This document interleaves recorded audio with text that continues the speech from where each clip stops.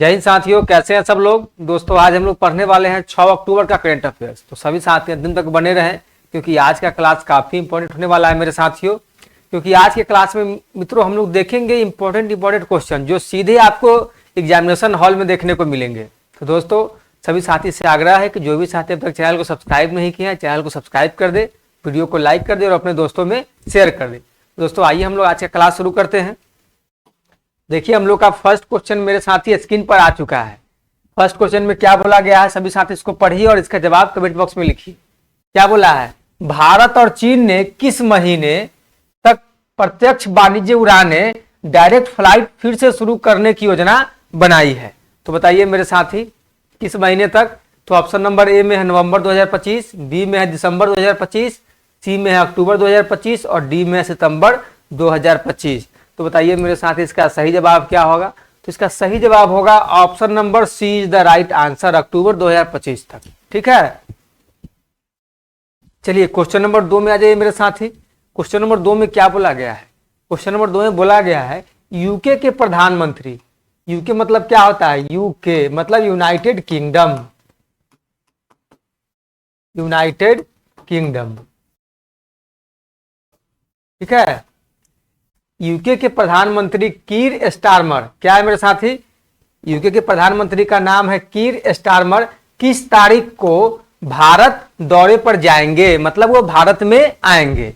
तो option number ए में दिया है 6 से 7 अक्टूबर, बी में दिया है 8-9 अक्टूबर, सी में है 10 से 11 अक्टूबर और डी में दिया है 12 से 13 अक्टूबर। तो बताइए मेरे साथी इसका सही जवाब क्या होगा। कीर स्टारमर भारत कब आने वाले हैं, तो भारत आने वाले हैं 8-9 अक्टूबर को, 8 या 9 अक्टूबर को। तो option number B is the right answer. ठीक है, चलिए अब क्वेश्चन नंबर 3 में आ जाइए। क्वेश्चन नंबर 3 में क्या बोला गया है, शुभमन गिल, जितने भी हमारे साथी है जो क्रिकेट के प्रेमी होंगे उस सभी को पता होगा कि आखिर शुभमन गिल कौन है। तो उसी से आज क्वेश्चन हम लोग का है, शुभमन गिल को किस भारतीय टीम का नया कप्तान नामित किया गया है। तो दोस्तों क्रिकेट में 3 फॉर्मेट होते हैं, एक होते हैं T20, एक क्या होता है T20, एक होता है T20, एक होता है टेस्ट मैच और एक होता है वनडे मतलब ODI। ठीक है, तो ये तीनों में से शुभमन गिल को किस टीम का कप्तान बनाया गया है, मतलब किस फॉर्मेट का कप्तान बनाया गया है। तो ऑप्शन नंबर ए में दिया है T20 टीम, बी में दिया है टेस्ट टीम और सी में दिया है वनडे ODI टीम और डी में दिया है IPL टीम। तो बताइए मेरे साथी शुभमन गिल किस फॉर्मेट के कप्तान बने हैं। तो वो बने हैं one day ODI team, option number C is the right answer. ठीक है, चलिए क्वेश्चन नंबर 4 में आ जाइए। क्वेश्चन नंबर 4 में क्या बोला गया है, 2025-26 आर्थिक वर्ष के लिए सरकार ने बुनियादी ढांचों पर कितनी राशि खर्च करने का आइडिया दिया है। तो बताइए मेरे साथी कितने खर्च करने का आइडिया दिया है। तो ऑप्शन नंबर ए में है 9 लाख करोड़, बी में है 10.5 लाख करोड़, सी में है 11,21,000 करोड़ और डी में है 12 लाख करोड़। तो बताइए मेरे साथ इसका सही जवाब क्या होगा। तो इसका सही जवाब होगा option number C is the right answer, 11.21 lakh crore. चलिए क्वेश्चन नंबर 5 में आइए मेरे साथी। क्वेश्चन नंबर 5 में क्या बोला गया है, RBI के गवर्नर कौन है। हमसे पूछा जा रहा है RBI के governor, reserve bank of India के गवर्नर, जिन्होंने भारत की सकल आर्थिक मजबूती पर बल दिया है, जिन्होंने भारत की सकल आर्थिक मजबूती पर बल दिया है। तो वो गवर्नर का नाम पूछा जा रहा है कि आखिर वो गवर्नर कौन है जो सकल आर्थिक मजबूती पर बल दिए हैं। तो ऑप्शन नंबर ए में है शक्तिकांत दास, बी में है उर्जित पटेल, इनका पूरा नाम हो गया उर्जित आर पटेल और सी में हो गया शक्तिकांत तिवारी और डी में है संजय मल्होत्रा। तो बताइए अभी कौन है RBI के गवर्नर।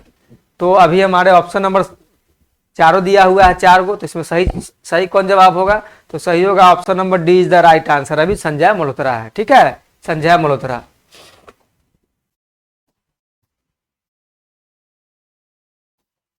चलिए क्वेश्चन नंबर 6 में आइए मेरे साथी। क्वेश्चन नंबर 6 में क्या बोला है, भारत की मुद्रा रुपया को अंतर्राष्ट्रीय स्तर पर बढ़ावा देने हेतु कितनी सुधार योजनाएं जारी की गई है। बताइए भारत की मुद्रा रुपया को अंतर्राष्ट्रीय स्तर पर मतलब इसको बढ़ावा देने के लिए, मतलब इसके रुपये की वैल्यू को बढ़ाने के लिए कितनी सुधार योजनाएं जारी की गई है, ये हमसे पूछा जा रहा है।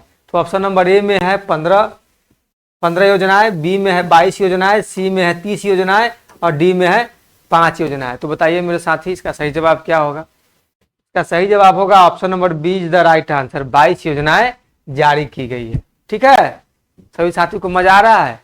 दोस्तों आइए हम लोग क्वेश्चन नंबर 7 देखते हैं। क्वेश्चन नंबर 7 में क्या बोला है, भारतीय थल सेना ब्रिक्स की 2025 की अध्यक्षता किस देश ने की है, बताइए। भारतीय थल सेना ब्रिक्स की 2025 की अध्यक्षता किस देश ने, हमसे उस देश का नाम पूछा जा रहा है जिसने इसकी अध्यक्षता की है। तो ऑप्शन नंबर ए में दिया है भारत, बी में चीन, सी में ब्राजील और डी में है दक्षिण अफ्रीका। बताइए मेरे साथ इसका सही जवाब। इसका सही जवाब होगा option number A is the right answer, Bharat ने इसकी अध्यक्षता की है। चलिए क्वेश्चन नंबर 8 में आइए मेरे साथी। क्वेश्चन नंबर 8 में क्या बोला गया है, क्वेश्चन नंबर 8 में बोला गया है अंतर्राष्ट्रीय सौर गठबंधन ISA का मुख्यालय किस शहर में है, बताइए। अंतर्राष्ट्रीय सौर गठबंधन ISA को हम लोग क्या बोलते हैं, ISA का फुल फॉर्म क्या होता है मेरे साथी, ये होता है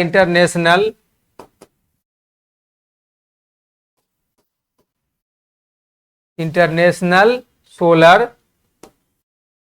अलायंस।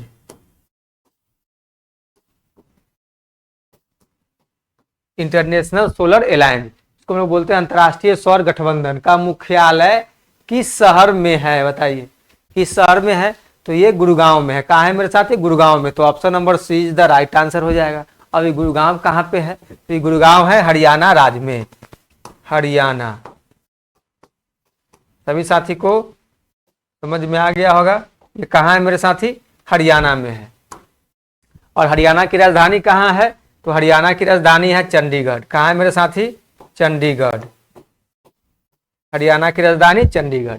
तो कोई भी साथी कंफ्यूजन में नहीं आएंगे। ठीक है, तो ISA का मुख्यालय हो गया गुड़गांव। गुड़गांव कहाँ पे है, तो हरियाणा में है। और हरियाणा की राजधानी कहाँ हो गया, चंडीगढ़। ये क्या हो गया, इसका राजधानी हो गया, कैपिटल हो गया। सभी साथी को समझ में आ रहा है ना। चलिए हम लोग क्वेश्चन नंबर 9 में आ जाते हैं। क्वेश्चन नंबर 9 में क्या बोला गया है, देखिए। निम्न में से कौन सा विषय वर्ल्ड इन्वायरमेंट डे 2025 का विषय था, बताइए। निम्न में से कौन सा विषय वर्ल्ड इन्वायरमेंट डे 2025 का विषय था, वो हमसे पूछा जा रहा है कि इसका थीम क्या था। जो वर्ल्ड इन्वायरमेंट डे जो मनाया गया 2025, उसका मुख्य थीम क्या था। तो ऑप्शन नंबर ए में दिया है इकोसिस्टम रिस्टोरेशन, बी में दिया है बीट प्लास्टिक पॉल्यूशन, सी में ग्रीन सिटीज और डी में है क्लाइमेट एक्शन। सही मेरे साथ, इसका सही जवाब क्या होगा। इसका सही जवाब होगा option number A is the right answer, ecosystem restoration. ठीक है, चलिए क्वेश्चन नंबर 10 में आइए। क्वेश्चन नंबर 10 में क्या है मेरे साथी, इंडस्ट्रियल पार्क सिपकोट किस राज्य की पहल है। सिपकोट जो ये है, ये किस राज्य की पहल है, ये हमसे पूछा जा रहा है। जो भी बनाया गया है इंडस्ट्रियल पार्क वो सिपकोट जिसका नाम है, वो किस राज्य की पहल है, ये हमसे पूछा जा रहा है। तो ऑप्शन नंबर ए में है केरल, बी में है तमिलनाडु, सी में है महाराष्ट्र और डी में है कर्नाटक। इसका सही जवाब क्या होगा मेरे साथी, इसका सही जवाब होगा option number B is the right answer. ये सिपकोट जो है ये तमिलनाडु राज्य की पहल है। चलिए क्वेश्चन नंबर 11 में आइए मेरे साथी। इसमें क्या बोला है, इसमें बोला है हमसफर पॉलिसी किस मंत्रालय द्वारा शुरू की गई है। किस मंत्रालय, हमको मंत्रालय का हमसे नाम पूछा जा रहा है, किस मंत्रालय के द्वारा हमसफर पॉलिसी शुरू की गई है।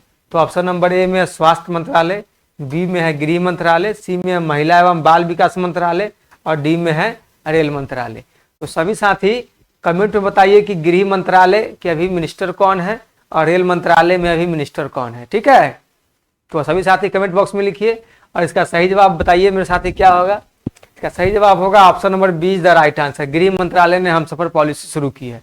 और सभी साथी ये दोनों मंत्रालय के मंत्री का नाम आप लोग कमेंट बॉक्स में लिखिए, वर्तमान अभी मंत्री कौन है। ठीक है, चलिए अब क्वेश्चन नंबर 12 देखते हैं। क्वेश्चन नंबर 12 में क्या बोला है मेरे साथी, क्वेश्चन नंबर 12 में बोला है भारत यूके रणनीतिक साझेदारी विजन 2035 किस घटनाक्रम के साथ जुड़ी है? बताइए। भारत यूके रणनीतिक साझेदारी विजन 2035 किस घटनाक्रम के साथ जुड़ी है? तो ऑप्शन नंबर ए में है व्यापार समझौता, बी में है रक्षा ट्रेनिंग साझेदारी, सी में है जल संरक्षण योजना और डी में है सांस्कृतिक आदान प्रदान। तो बताइए मेरे साथी, इसका सही जवाब क्या होगा? इसका सही जवाब होगा option number A is the right answer. व्यापार समझौता के साथ ये जुड़ी है। चलिए क्वेश्चन नंबर 13 में आ जाइए। क्वेश्चन नंबर 13 में क्या बोला है मेरे साथी?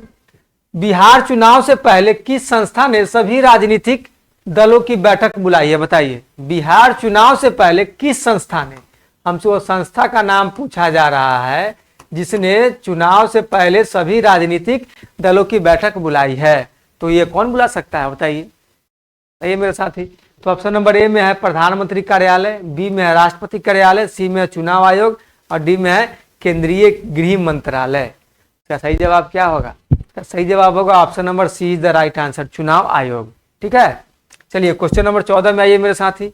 इसमें क्या बोला गया है? किस राज्य में कौशल्या डैम स्थित है? बताइए। किस राज्य में कौशल्या डैम स्थित है, ये हमसे पूछा जा रहा है।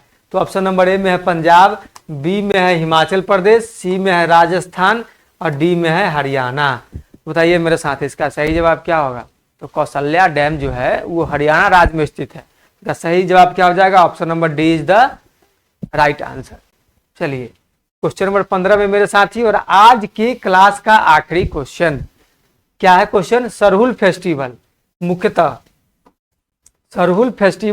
मुख्यतः किस राज्य में मनाया जाता है? उस राज्य का हमसे नाम पूछा जा रहा है कि जिस राज्य में ये सरहुल फेस्टिवल मनाया जाता है उस राज्य का हमको आप नाम बताइए। तो बताइए मेरे साथी कौन से राज्य में मनाया जाता है? ऑप्शन नंबर ए में दिया है झारखंड, बी में है पंजाब और सी में है उत्तर प्रदेश और डी में है बिहार। तो बताइए इसका सही जवाब क्या होगा? तो मेरे साथी सरहुल जो फेस्टिवल है वो मुख्यतः झारखंड राज्य में मनाया जाता है। तो इसका सही जवाब क्या होगा? Option number A is the right answer, Jharkhand. दोस्तों बताइए आप सभी साथियों को आज का क्लास कैसा लगा? आशा करते हैं कि सभी साथियों को आज का क्लास पसंद आया होगा। तो आप लोग वीडियो को लाइक कर दीजिए, चैनल को सब्सक्राइब कर दीजिए और अपने दोस्तों में शेयर कर दीजिए। दोस्तों इसी तरीके से आप सभी साथियों के लिए करंट अफेयर का क्लास आता रहेगा, आप लोग जुड़ना नहीं भूलिएगा।